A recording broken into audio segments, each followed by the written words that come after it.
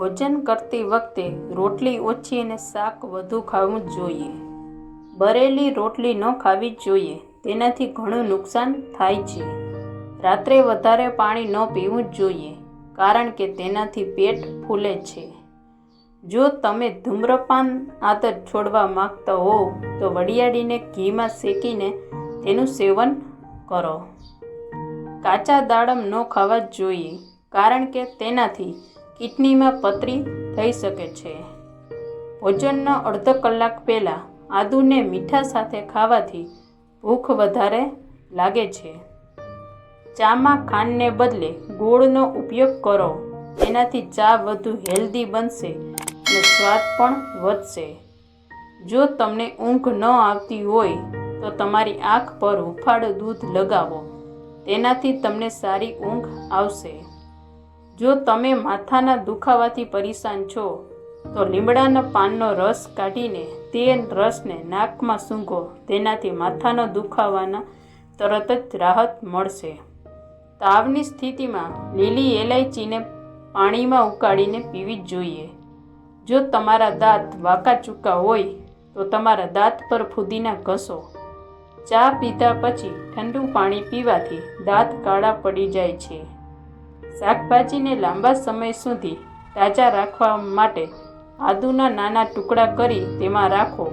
આનાથી શાકભાજી લાંબા સમય સુધી બગડતા નથી. રાત્રે સૂતા પહેલાં માથામાં તેલ લગાવવાથી ડિપ્રેશન ઓછું થાય છે અને ઊંઘ પણ સારી આવે છે. જો તમે તમારા શરીરને સ્વસ્થ રાખવા માંગતા હોવ તો લીલી પાંદડાવાળી શાકભાજી અને તાજા ફળોનું સેવન અવશ્ય કરો. દેશી ઘીથી માથામાં માલિશ કરવાથી મગજ તેજ થાય છે અને માથાના દુખાવામાં આરામ મળે છે. સૂતા પહેલાં તળિયા પર સરસવનું તેલ અથવા દેશી ઘી ગરમ કરીને માલિશ કરો. નાભી અને નાક પર લગાવો. સ્નાન કર્યા પછી નાક અને નાભી પર તેલ લગાવો. નારિયેળનું તેલ નખ ઉપર લગાવવાથી આંખની રોશની તેજ થાય છે. દરરોજ સ્નાન કરવાથી શરીર સ્વસ્થ રહે છે અને શરીરને રોગોથી બચાવે છે. બપોરના ભોજનમાં ઋતુ પ્રમાણે શાકભાજી, કઠોળ, ભાત, રોટલી, દહીં, લચ્છી, સલાડ વગેરેનો સમાવેશ કરો અને ઋતુ પ્રમાણે બાજરી, મકાઈ અને ચણાના રોટલા બનાવો. બટેકાના રસમાં થોડું લીંબુનો રસ મિક્સ કરીને ગરદન પણ જ્યાં કડાશ દેખાય ત્યાં લગાવો. તે 10-15 મિનિટ છોડી દેવું જોઈએ. આ પછી તેને ઠંડા પાણીથી ધોઈ લો. જો તમારું પેટ ફૂલેલું હોય તો નાળિયેર પાણી પીવો. તે ખૂબ જ ફાયદાકારક છે. ગરમ પાણીમાં થોડી એલચીનું સેવન કરવાથી શરીરના થાક દૂર થાય છે. વરિયાળી અને સાકરના સેવનથી આંખની રોશની વધે છે. આ મિશ્રણને રોજ દૂધ સાથે લેવાથી આંખની રોશની વધે છે અને આંખ સંબંધિત રોગો દૂર થાય છે. જો તમે મોટું પેટ ઓછું કરવા માગો છો તો રાત્રે 2 ટુકડા ગોળ ખાવો અને તેના પર નવશેકું પાણી પીવો. ગોળમાં પોટેશિયમ, મેગ્નેશિયમ, વિટામિન હોય છે. માટીના વાસણમાં તમાલપત્ર મૂકો અને તેની ઉપર ડુંગળીની છાલ નાખો અને પછી તેને બાળી દો. તેનાથી તમારા રૂમમાંથી માખીઓ અને મચ્છર દૂર થઈ જશે.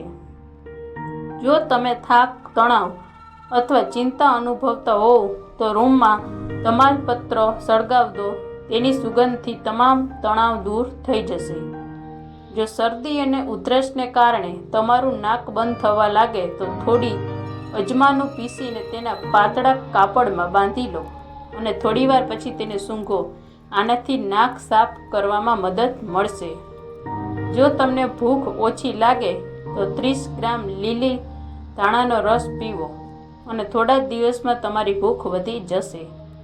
જ્યારે નાના બાળકના દાંત પડી જાય છે ત્યારે તેમને ખૂબ જ દુખાવો થાય છે અને આ સિવાય ઉલટી, ઝાડા અને તાવ જેવી સમસ્યા પણ થાય છે. આવી સ્થિતિમાં બાળકને નારંગીનો રસ પીવડાવો.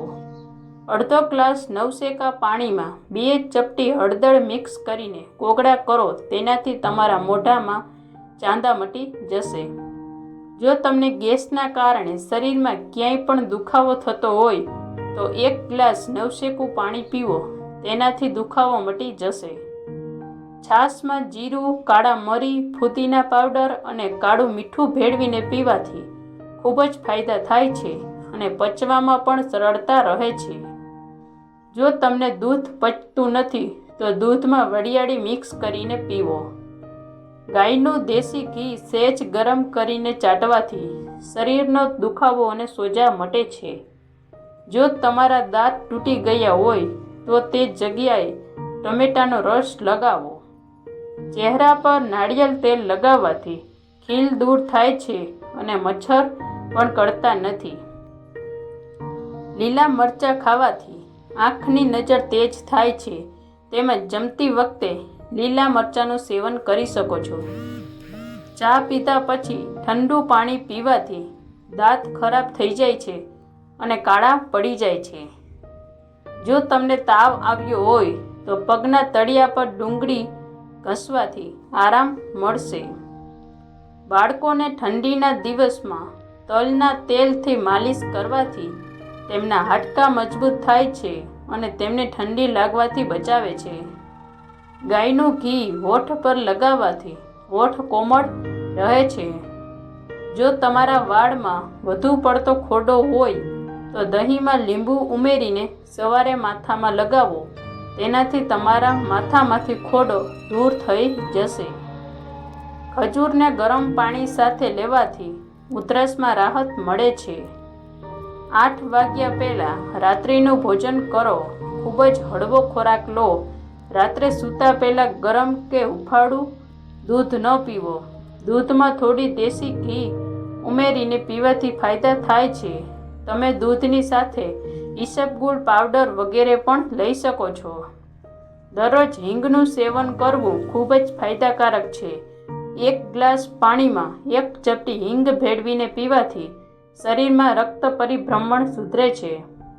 સવારે ખાલી પેટે 1 વાટકી દહીં ખાવાથી શરીર ઠંડુ રહે છે અને આ મનને તેજ બનાવે છે. સાદા ઘઉંની રોટલી એટલી ફાયદાકારક નથી. જો તમે તેમાં જુવાર, જવ અને ચણા ઉમેરી દો તો તે ખૂબ જ હેલ્ધી બનશે. કાકડીને સારી રીતે ધોઈને તેની છાલ સાથે ખાવી જોઈએ. આમ કરવાથી વધુ ફાયદા થાય છે. જો તમને ઉધરસની ઘણી તકલીફ હોય તો ગરમ દૂધમાં 3-4 પતાસા નાખીને રાત્રે સૂતા પહેલાં પીવો.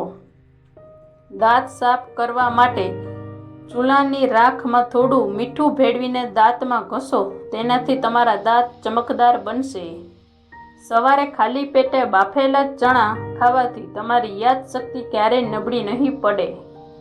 પાણી સાથે સેલરીનું સેવન કરવાથી પથરી તૂટી જાય છે અને નીકળી જાય છે. જો તમે તમારા ચહેરાને સ્વસ્થ રાખવા માંગતા હોવ તો ભાત ખાતા પહેલાં 2 ગ્લાસ પાણી પીવો. લસણની ચા પીવાથી ચહેરા પરથી કરચલીઓ ગાયબ થઈ જાય છે. ગળાના દુખાવામાં રાહત માટે 2 થી 3 તુલસીના પાનને પાણીમાં ઉકાળો અને તેનાથી ગુગળ કરો. થોડી જ વારમાં દુખાવામાં આરામ મળશે. ડુંગળીના થોડા ટુકડા કાપીને રૂમમાં રાખવાથી શરદી નાકમાં અટકતી નથી. જો આ વિડીયો તમને પસંદ આવ્યો હોય તો વિડીયોને લાઈક કરજો, ચેનલને સબસ્ક્રાઈબ કરજો અને કોમેન્ટ બોક્સમાં જય શ્રી રામ જરૂરથી લખજો.